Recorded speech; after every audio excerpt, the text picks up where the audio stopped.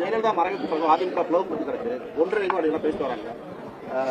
இந்த நடக்குமா நடக்காதா? எடப்பாடி பழனிசாமி துரோகிகள் விசுவாசம் ஒன்று சேர முடியாதுன்னு இருக்காரு.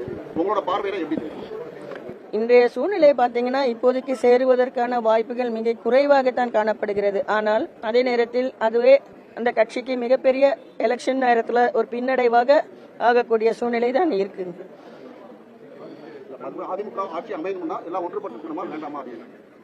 மறுபடியும் தமிழ்நாட்டில் அம்மாவுடைய பொற்கால ஆட்சி அமைய வேண்டும். அதிமுக ஆட்சி கட்டில் அமர வேண்டும் என்றால் நிச்சயமாக அதிமுக ஒன்றுபட வேண்டும்.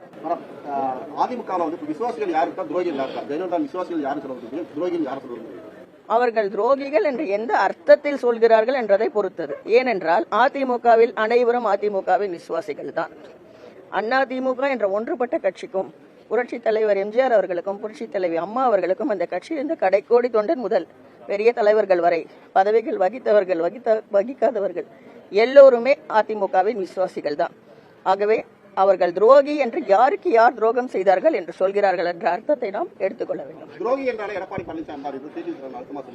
அதை அவர் சசிகலா மட்டும் மனதில் வைத்து சொல்கிறார்கள். அந்த அர்த்தத்தில் அதை பார்க்க முடியாது. யாருக்கு யார் துரோகம் செய்தார்கள், அம்மாவுக்கு முதலில் யார் துரோகம் செய்தார்கள் அதை பார்க்க வேண்டும் இல்லையா?